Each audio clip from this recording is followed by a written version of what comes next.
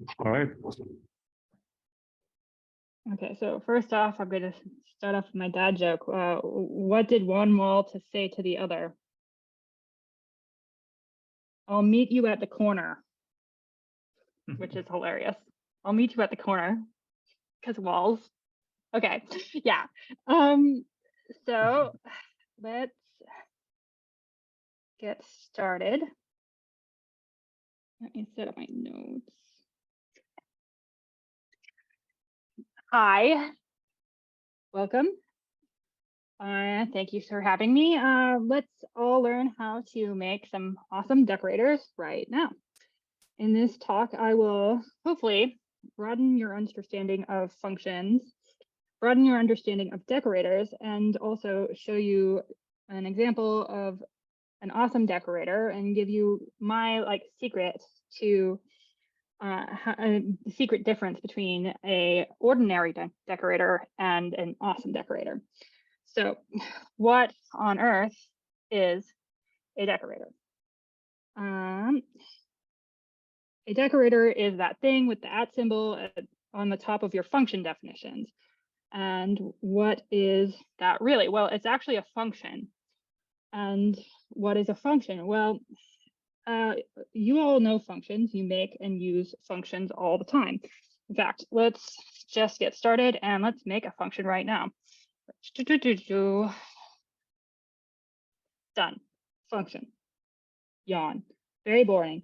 But what are you doing when you're defining a function? Are you defining a class? Let's find out. So when we run, is class what? We're not creating a class. That's confusing. Turns out you are creating an instance of this thing called a meta class. There's a bunch of different meta classes, and there's this meta class called the callable meta class. And what you're doing is you're creating an instance of the callable meta class. In essence, Python comes with this built-in class callable, and you are running the dunder init method on it whenever you use the def keyword, the def keyword. And without this built-in callable meta class, every time you would have to create a function, your function definition would actually look like this. And this is going to be a little bit of a slow demo, but let me show you. So when I run the first brackets call on new callable, I create an instance of the new callable class, and you're in your dunder init section right here. Now, if I want to store that instance of the new callable class in an object, I can store an instance in that add_to function. Well, then what happens when I use those brackets again? Well, actually, the second time you use the brackets, you're not calling the dunder init method, you're calling the dunder call method. So let's look at that. And this is where I believe a lot of the confusion arises about people like using classes between classes and functions, is because the first call of the brackets is the dunder init method, and the second call of the brackets is the dunder call method. And now that I have the function, all the subsequent calls of the brackets are going to go to the dunder call method. So if you already knew that, yawn, boring. But if you are learning that for the first time, it totally blows your minds. And feel free to think about it because it's like really cool. So functions are callables. Decorators are functions. So decorators are callables. But why do we have this special word decorators for a function? Well, this is what you're used to seeing a decorator as. It's the @ symbol at the top of the function, but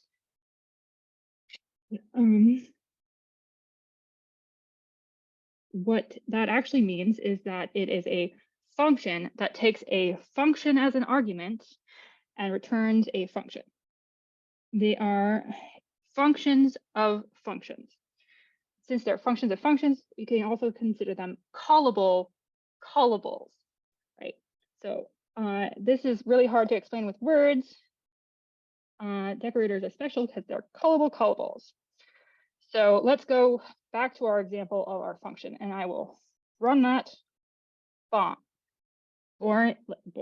We have a function. The function gets called. When the function is called, it returns a value, basically. This is a decorator. This is a typical decorator definition. So as you can see, it takes in the function, and then it returns a new function.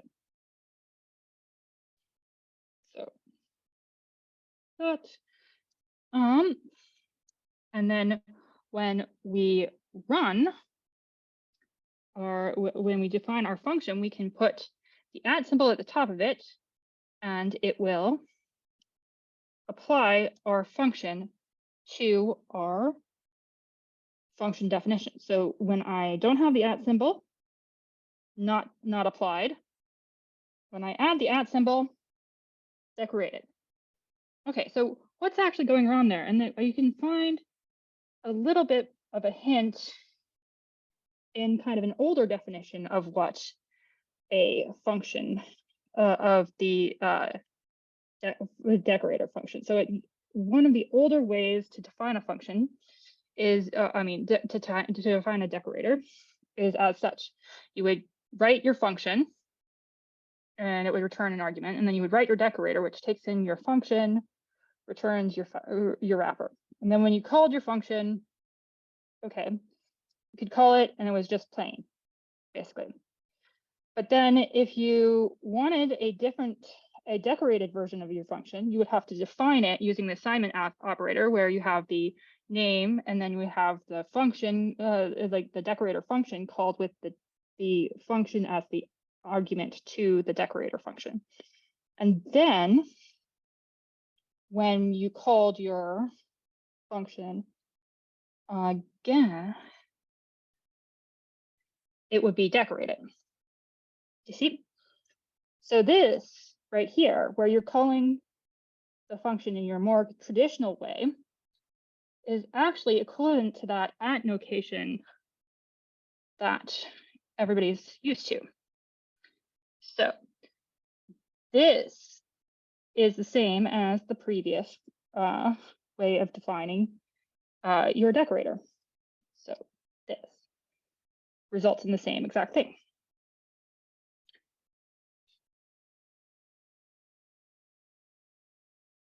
So when we call the decorated function, can you point the difference again? I apologize. I missed it. Yeah. Okay, so if I get rid of the decorator and I run it, the function gets called. And the older version of the function decoration was to have rewrite the name in the namespace with the output of the decorator function. So like this. Oh. Yeah, you have to that needs a comment. Yeah. Like that. Yeah. So basically, and then when we wanted to save some time by not having the old function definition in the namespace at all, what we do is we get the decorator and we run like that.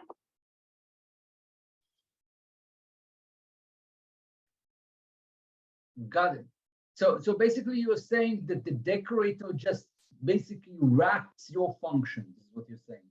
Well, see, just a nicer way of saying this. Yeah, I'm going pedantically through the steps of wrapping the function, basically. But what we mean when we say wrapping the function, we mean that it replaces the function name in the namespace with a new function that is created by the decorator function. So you're saying that the fact that you're saying add to equals new decorator add to is important. It's not only new decorator wraps add to, it actually gives it the name Yes. of new decorator. Okay, Yes. this is important. Thank you. Yeah. So, yeah. So why is this useful? Well, if you find yourself writing a bunch of functions and there's the same couple lines in front of some meat and potatoes and the same couple lines at the end of some meat and potatoes in multiple versions of that function, you can not repeat yourself. You can write a decorator, and then you can apply that decorator to a simplified definition of your function, basically. So it is a way of saving lines of code. So you see that? So this longer version turns into this shorter version.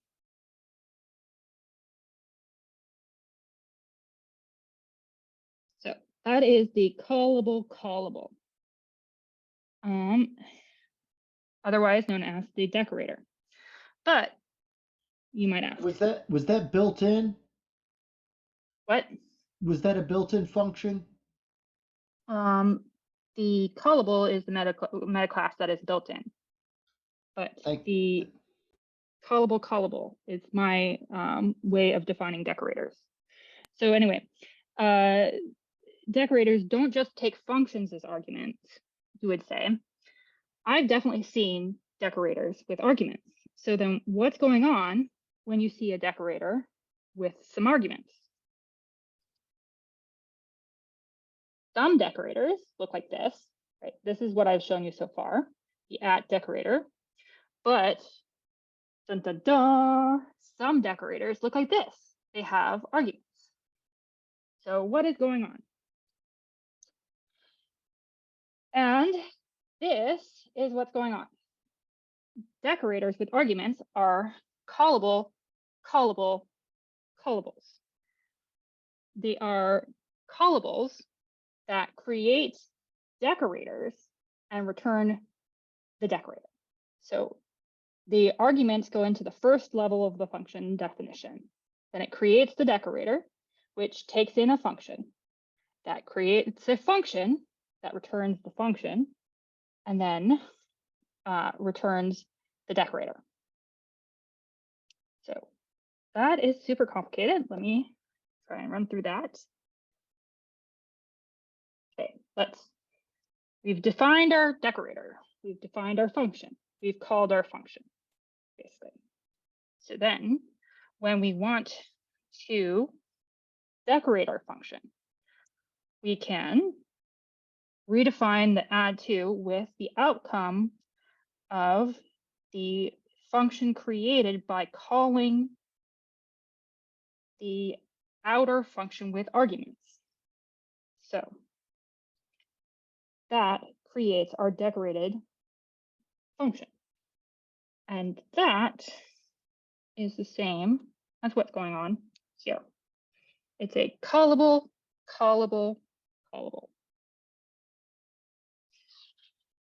If your brain isn't melting, then it's really cool. So that's not all. So remember when I said that there is this idea of the callable class, right? So the callable class, we have our callable means that we don't have to define all of our decorators as this with 3 definition statements, where it's the outer arguments, the decorator, the inner function, returning the inner function, returning the outer inner decorator. We can also define our decorator like this, where our dunder init takes in our arguments, and then our dunder call is our decorator function, like our callable. So then that means that we can do this. And those will be the same. So this and this are the same. Decorator, you can have fun calling it back and forth, and it has no difference because this definition and this definition are the same. Callables, otherwise known as decorators with arguments. So now you know the decorator syntax. I want to show you a familiar decorator. An example you probably use, right? So this is the to-do decorator. What is the to-do decorator? To-do decorator is this. It is a decorator that takes in a function and then replaces your inner function with, I'm going to get to this later. So then we're going to land on Mars sometime later. Still in development. And as you can see, what's going on here, it's taking in the function, creating a new function. It's ignoring the original function that it took in because we don't care about it.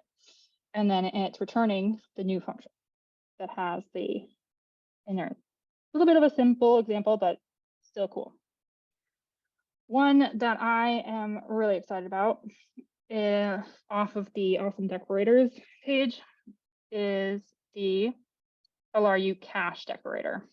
Basically, this is in the standard library now, and it is a decorator.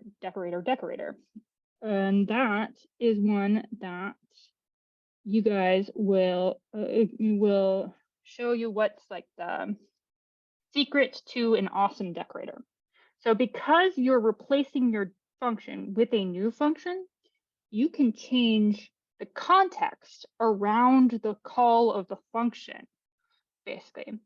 And the way you can do that is using something called a context manager.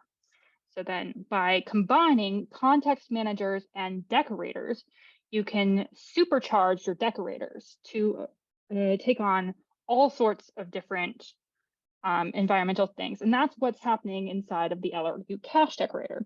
Phoebe, please go slow here. Start again. Explain context to people. Some of us. Okay. So I context managers. For stopping you, but like no. So context managers are things that are called with the with statements.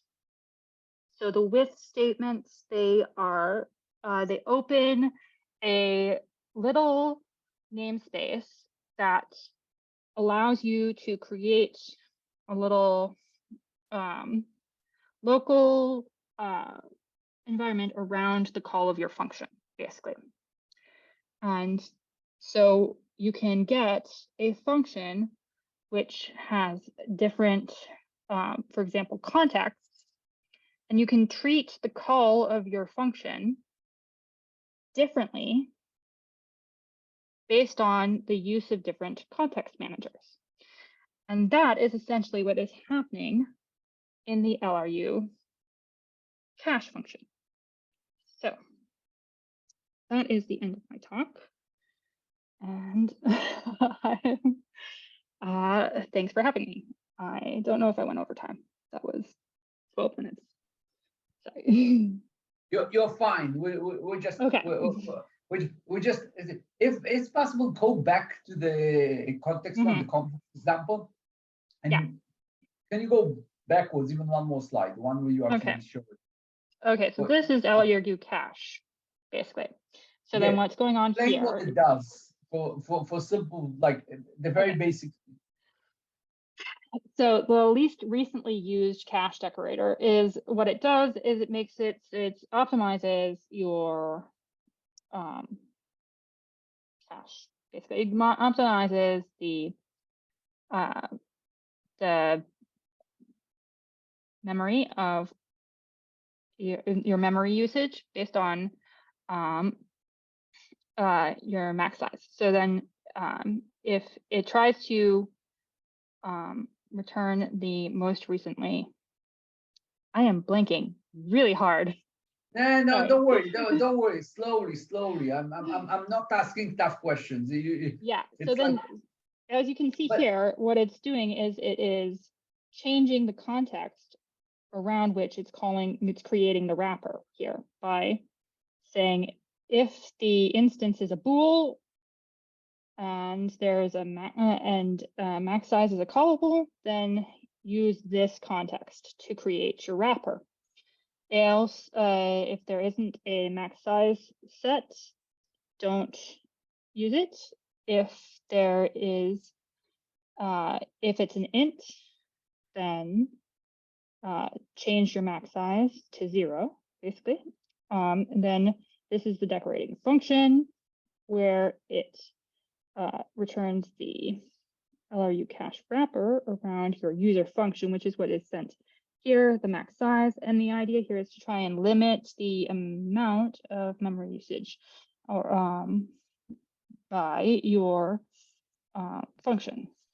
so if I can rephrase you and correct me if I'm Yes, wrong, sorry. I might be wrong. No, I might be wrong. I'm gonna throw a statement out to correct me if I'm wrong.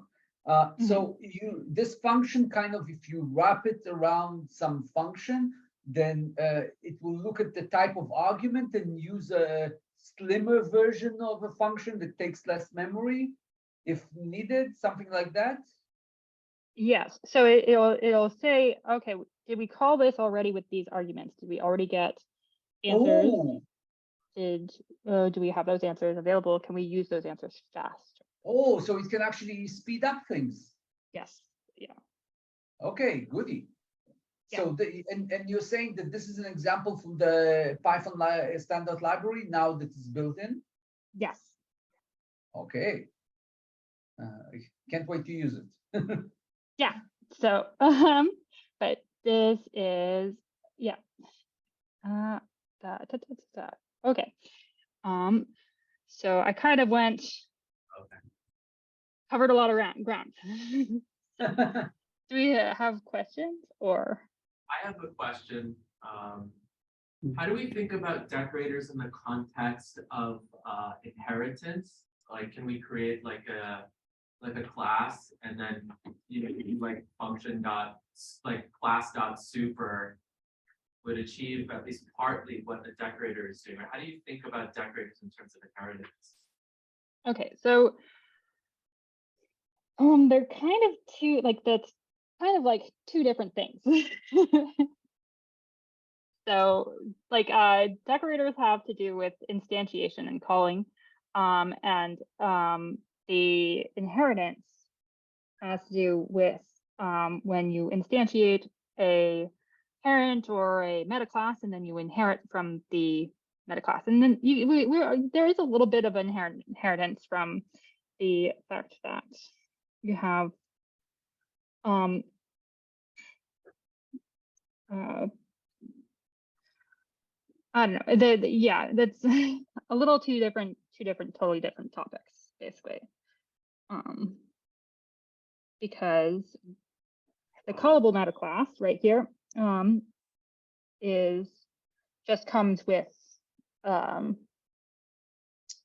Python, and so when you are and then if you're thinking about inheritance. Well, if you have a defined class like this is a callable class, and it inherits from a callable class, and then it'll inherit both the dender init and the dender call, and therefore be a callable itself. So then, that's kind of the only thing to be aware of that, but yeah.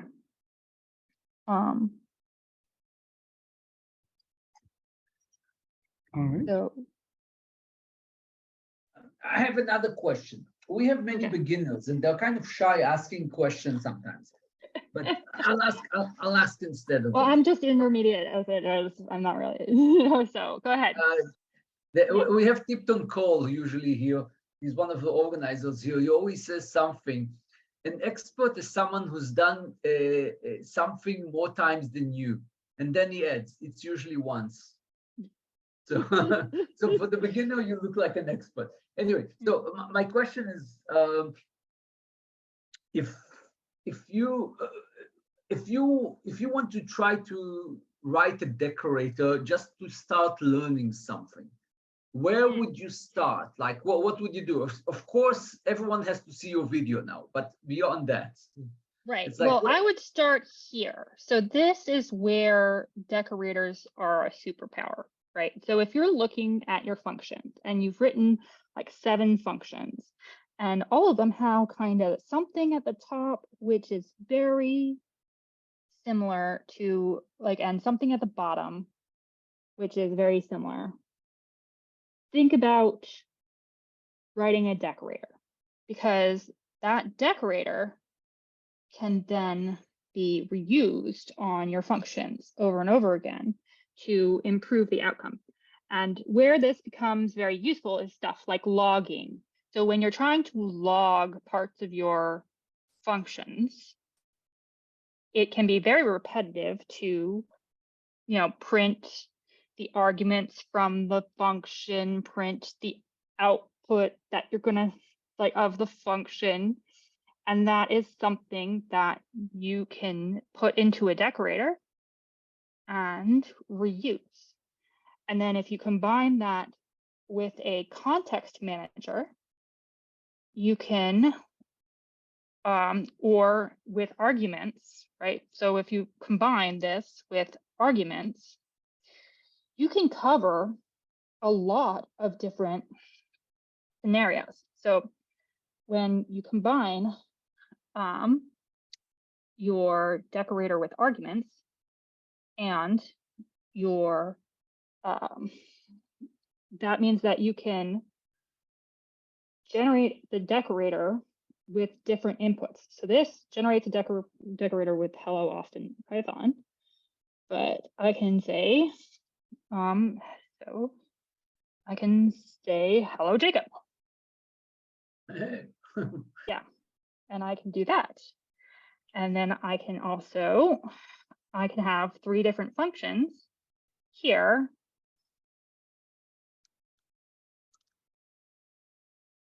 I can get, and I can have different values instantiating my decorator with very little changes, basically. So then when I look here,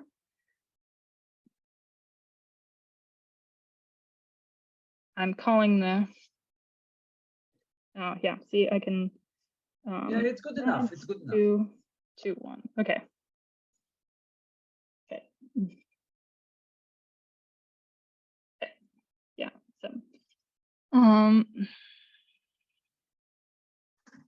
yeah, it's not. It's already. Yeah. So when can you give examples where decorators are used many times, like things you've seen used in everywhere? So logging is one.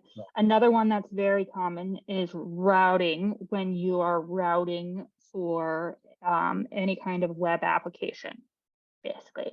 And so if you think about home,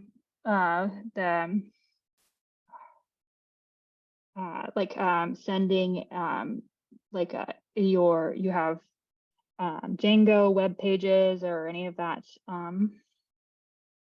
will have decorators at the top of it. You can also use something I didn't get into that is also very true is order matters in decorators. So because they're executed from top to bottom, basically you can get a different outcome when you are executing one decorator and then the next decorator, like depending on the order of the @ symbols. Okay. So it makes sense. It's applying function to a function. The output of one function may be different than yeah. So then you can get into like interesting problems there, basically. But yeah.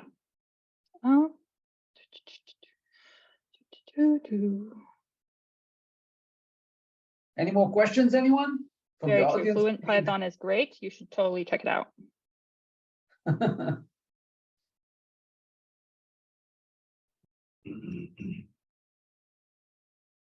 All right. Any more questions? I have a question. So is there a significant difference between a Python decorator and a Java annotation? I don't know what a Java annotation is. So if that's the difference to me, I'm sorry. I can't really help you there. I only know Python. And we like Python here. Yeah.